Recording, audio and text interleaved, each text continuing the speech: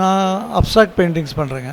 Abstract paintings அப்படின்றது வந்துட்டு பார்ப்பவரின் கற்பனைக்கு அது என்னவாக தெரிகிறதோ அதுதான் அந்த ஓவியம். அதுதான் பண்ணிகிட்ருக்கேங்க. கடந்த 25 வருஷமாக இதை செஞ்சிகிட்ருக்குறேங்க. இதில் அப்ஸ்ட்ராக்ட் பெயிண்டிங்ஸில் வந்துட்டு எல்லாத்துலேயுமே கான்செப்ட் இருக்குன்னு சொல்ல முடியாதுங்க. இது வந்து ராதாகிருஷ்ணா டைம் ஃபிக்ஸ்டாக சொல்ல முடியாதுங்க. அதாவது ஒரே ஸ்ட்ரெச்லேயும் ஒர்க் பண்ண முடியாது. தொடர்ந்து 4 நாள் 5 நாள், ஒரு நாளைக்கு 6 மணி நேரம் 5 மணி நேரம் அந்த மாதிரி டைம் கிடைக்கும் போதெல்லாம் ஒர்க் பண்ணி கம்ப்ளீட் பண்ணுவோம். சில பெயிண்டிங்ஸுக்கு வந்து வாரக்கணக்கில் கூட ஆகிடும். ஒரு சில பெயிண்டிங்ஸ் வந்து ஒரே நாள்லேயும் முடிப்போம், 7 மணி நேரம் 8 மணி நேரம் அந்த மாதிரி. அப்போது என்ன தோணுதோ அதுதான் இதில் நாங்கள் வரைகிறது.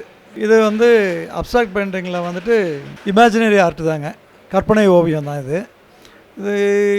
எதை தீம் பண்ணி பேஸ் பண்ணி வரைஞ்சோன்னா, இந்த கடலுக்கு அடியில் வந்துட்டு நீர்வாழ் தாவரங்கள் உயிரினங்கள் அந்த மாதிரிலாம் வருது இல்லைங்களா, அதை வந்து அடிப்படையாக கொண்டு வரைஞ்ச ஓவியங்கள். இது ரெண்டுமே அதனுடைய அடிப்படையாக வச்சு வரைஞ்ச ஓவியங்கள் தான் இது அப்ஸ்ட்ராக்ட் ஓவியம்னா இதில் பார்க்கும்போது பார்க்குற இடத்துல ஒவ்வொரு நேரத்துலையும் ஒவ்வொரு மாதிரியான கருத்து பரிமாற்றம் இருக்குங்க இதில், இந்த ஓவியங்களில். இது ஜாமெட்ரிக் பேட்டர்ன் அப்படின்னு சொல்லிட்டு அப்ஸ்ட்ராக்டில் ஜாமெட்ரிக் பேட்டர்ன். இல்லை எனக்கு கிட்டத்தட்ட பார்த்திங்கன்னா நான் 15-16 வயசில் முதலாக அப்ஸ்ட்ராக்ட் ஓவியத்தை பார்க்க ஆரம்பித்தேங்க.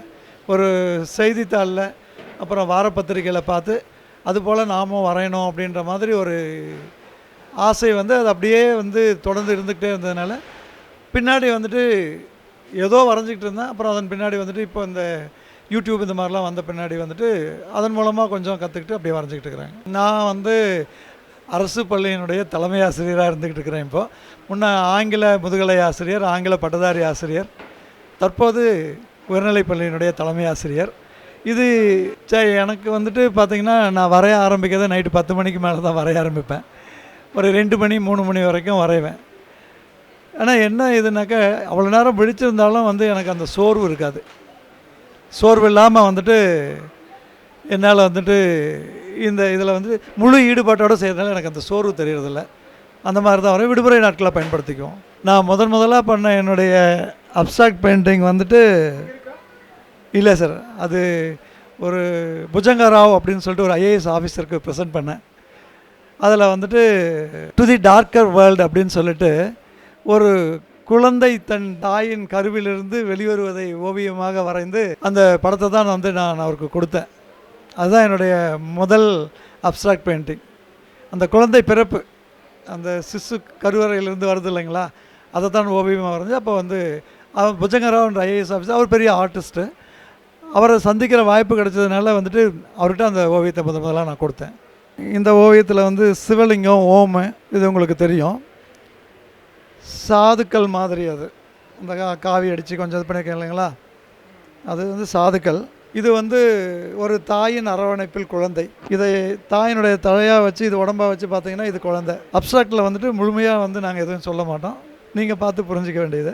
இது வந்துட்டு முழுக்க கற்பனை ஓவியம் தான். இதில் வந்து உள்ளார்ந்த சித்தரிப்பு இந்த இடத்துல வந்து பார்த்திங்கன்னா என்னுடைய கற்பனைக்கு வந்து இது ராமர், சீதை, லக்ஷ்மணர் அப்படின்ற மாதிரி இந்த ஆரஞ்சு கலரில் வர்றது வந்து அந்த மாதிரி வரும். இது வந்து இந்த பாவை, விளக்கேந்திய பாவைன்ற மாதிரி வந்து நம்ம கோயில்களில் நிறையா இருக்கும். அதை வந்து கருவாக கொண்டு வரையப்பட்டது. ஆனால் ஒரு அவுட்லைன் தெரியும். அதாவது பெரிய மரம் வளர்ந்து அதிலிருந்து வரும் விழுதுகள் வந்து குழந்தைகளாக மீண்டும் தாங்கி பிடிக்குது இல்லையா, அதனால தான் வந்து அது வாழ்க்கை சக்கரம் அப்படின்ற சுழற்சியை வந்து சொல்கிற மாதிரி ட்ரீ ஆஃப் லைஃப் அப்படின்னு சொல்லிட்டு இந்த ஓவியத்தை வரைஞ்சேன். இது எதுவுமே வந்து கருத்துக்கள் இல்லை, மியர் அப்ஸ்ட்ராக்ட் ஓவியம் இது. இந்த ஓவியம் இல்லை பண்ண பெயிண்டிங்ஸ் நிறையா இருக்குது. ஒரு 300க்கும் மேற்பட்ட பெயிண்டிங்ஸ் பண்ணியிருக்கிறேன். அதில் இங்கே காட்சிப்படுத்த கொண்டு வந்தது வந்து நம்ம மக்களுக்கு வந்து இன்னும் அப்ஸ்ட்ராக்ட் பெயிண்டிங்கில் வந்து போதிய விழிப்புணர்வு இல்லை அப்படின்ற. மேலை நாடுகளில் வந்து இதுக்கு நிறைய ரெஸ்பான்ஸ் இருக்குது. எனக்கு வந்து கிட்டத்தட்ட ஒரு 5000 ஃபாலோவர்ஸ் வந்து வெஸ்டர்ன் கண்ட்ரீஸில் இருக்கிறாங்க. யூரோப்பு, யூஎஸ்ஸு, அப்புறம் பிரிட்டன், இந்த மாதிரி யூகே, இந்த மாதிரி நாடுகளில் வந்து இருந்துக்கிட்டு இருக்காங்க, ஃபாலோவர்ஸ் இருந்துகிட்டு இருக்கிறாங்க. ஃபேஸ்புக்கில் அந்த குரூப்பில் வந்து எனக்கு நிறையா ஃபாலோவர்ஸ் இருக்கிறாங்க. அதனால் வந்துட்டு அவங்களுடைய அளவுக்கு வந்து புரிதலோடு வந்து நம்ம நாட்டில் இன்னும் விழிப்புணர்வு இல்லைன்றதுனால தான் இந்த கண்காட்சியில் இங்கே இதை வச்சதே. நாங்கள் ஓவியத்துக்கான சரியான புரிதலும் விழிப்புணர்வும் வேணும் அப்படின்றதுனால தான் இங்கே இந்த கண்காட்சியில் வந்து இடம் பிடிச்சி வச்சுருக்கிறோம். எல்லா வகையான ஓவியங்களும் வந்துட்டு மக்களை போய் சேரணும். டிஜிட்டல் உலகத்தில் வந்து இப்போ வந்து அருகி வரும் காலத்தில் இதை மீண்டும் உயிர்ப்பிக்கும் ஒரு முயற்சியில் நாங்கள் இருந்து கொண்டிருக்கிறோம்.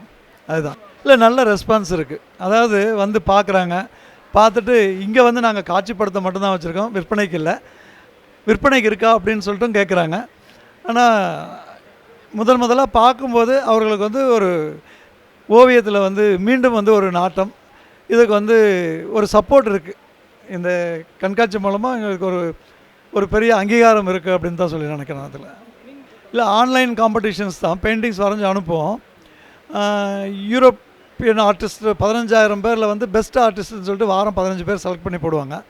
அதில் ஒரு வாரம் வந்து என்னுடைய பெயிண்டிங்கும் வந்தது. அது ஒரு பெரிய இது. ஏன்னா யூரோப்பியன் ஆர்டிஸ்ட் அப்படின்னும்போது அதையே தொழிலாக கொண்டவங்க அவங்களுக்கு மத்தியில் வந்து அந்த 15,000 ஓவியர்களில் ஒரு 15 ஓவியர்களில் ஒருத்தராக என்னுடைய ஓவியமும் வந்ததுன்றது எனக்கு அது பெருமையான விஷயம்.